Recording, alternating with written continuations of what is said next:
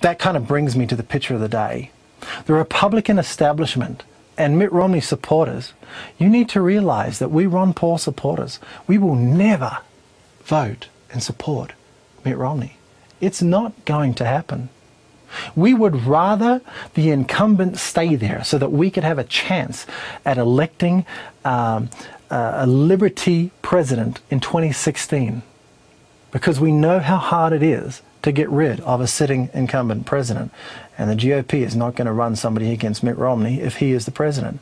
We will not support Mitt Romney. It's not going to happen. Now, who is this guy? Some of you would know this guy if you're presidential historians. This is Warren G. Harding. And Warren G. Harding, in 1920, became the 29th president of the United States. Now, why am I telling you about Warren G. Harding? This is an exceptional story, and I'm ending the show on this note because I want to lift your spirits. I want you to see what is possible. Warren G. Harding was not the presumptive nominee. There was a presumptive nominee. Warren G. Harding, out of 4 potential candidates, went into the convention at the bottom. In fact, he had only 39 delegates. 39 delegates. So what happened? Well, they had a brokered convention, just like we are expecting to have this time around. And after many, many, many votes, still there was not a nominee chosen. In fact, after 9 rounds of voting, still there was not a nominee. But on the 10th round of voting, Warren G. Harding won on the 10th vote. Now, you might think that somebody that has only 39 delegates and was at the bottom of the pile could not possibly win in a general election because it's clear he doesn't have the support of the people. That's what makes this so ironic, because Warren G. Harding set political history by beating the Democrats by 60%. 60% to 34%, almost twice the vote of the Democratic Party.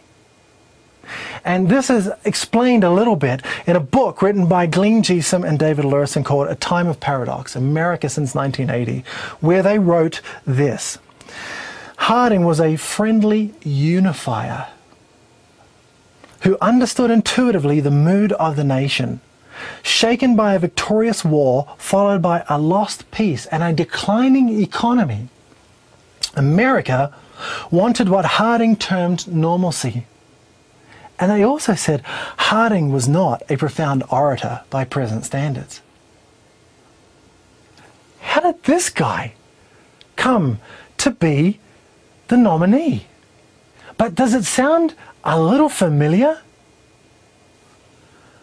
Friendly unifier, intuitively understood the mood of the nation, lost peace, declining economy, wanted normalcy, wasn't a great orator. Holy cow, it sounds like somebody else.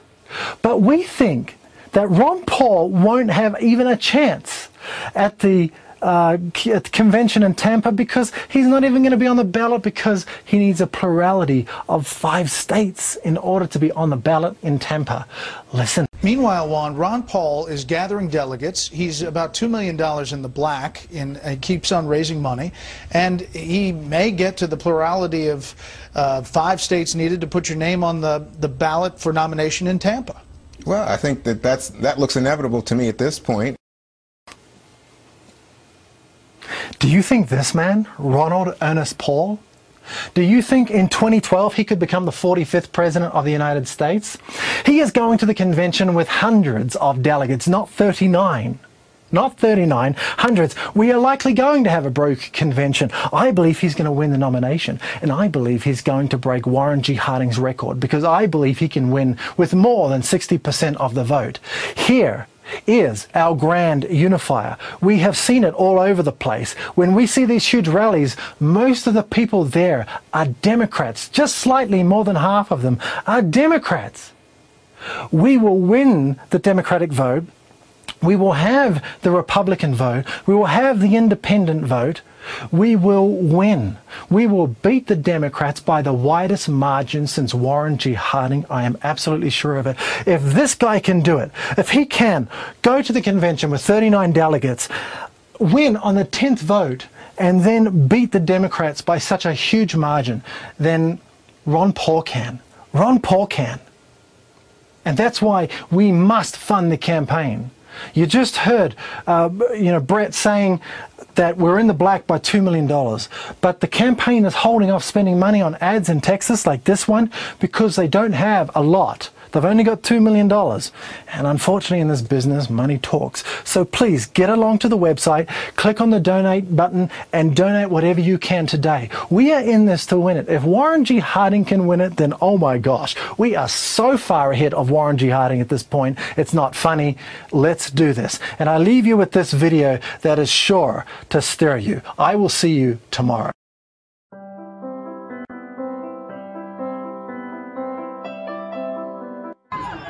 Preliminary polls have not shown that Ron Paul is in first place, but you wouldn't know that from looking at his supporters. Compared to other candidates' contentions, Paul's supporters are often the most vocal, the most visible, and the most flamboyant.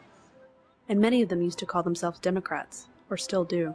I used to really consider myself a liberal before Ron Paul. And Ron Paul's the only one. He's the only peace movement. He's the only diplomacy movement. And it makes logical sense, not only for your heart, but economically. I mean, we can't afford this. We're bankrupt and borrowing. I've always voted Democratic. Well, not always. I voted for George Bush Sr., so I don't always vote, but that way, I tend to lean that way.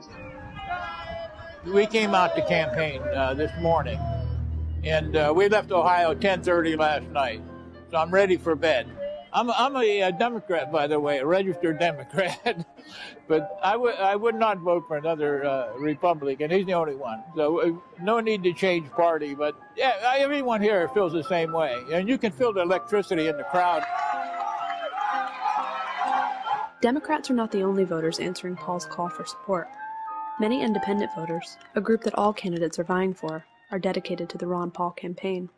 Oh, I've been an independent since I could vote. I will not commit to either party because, I'm sorry, they both suck diddly yuck. You know what I mean? They say one thing and they do another when they get in office. I don't believe anyone. I believe Dr. Paul, though. That's the one guy. If there was a Ron Paul party, I would register for the Ron Paul party, but unfortunately there's not. Momentum is picking up. When I think of crowds like this and all the support we get and the cheering, all I can think about is freedom is popular. The truth. The truth is something that we have not been getting from our churches. Don't give it to us. The schools don't give it to us. The government doesn't give it to us. Our parents don't know the truth. When we find out the truth, it's like a light bulb went off in our head. I think people started to realize that, he's telling the truth.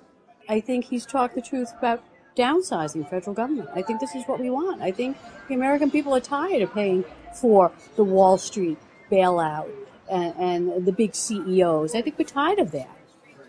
And I think that's what he's talked about. Believe me, across the country, I try to keep up. At every place I go, I find more organization and more people studying, young people, college kids studying and reading about the Federal Reserve. It's the first time in 100 years that this is happening. So there's reason to be optimistic.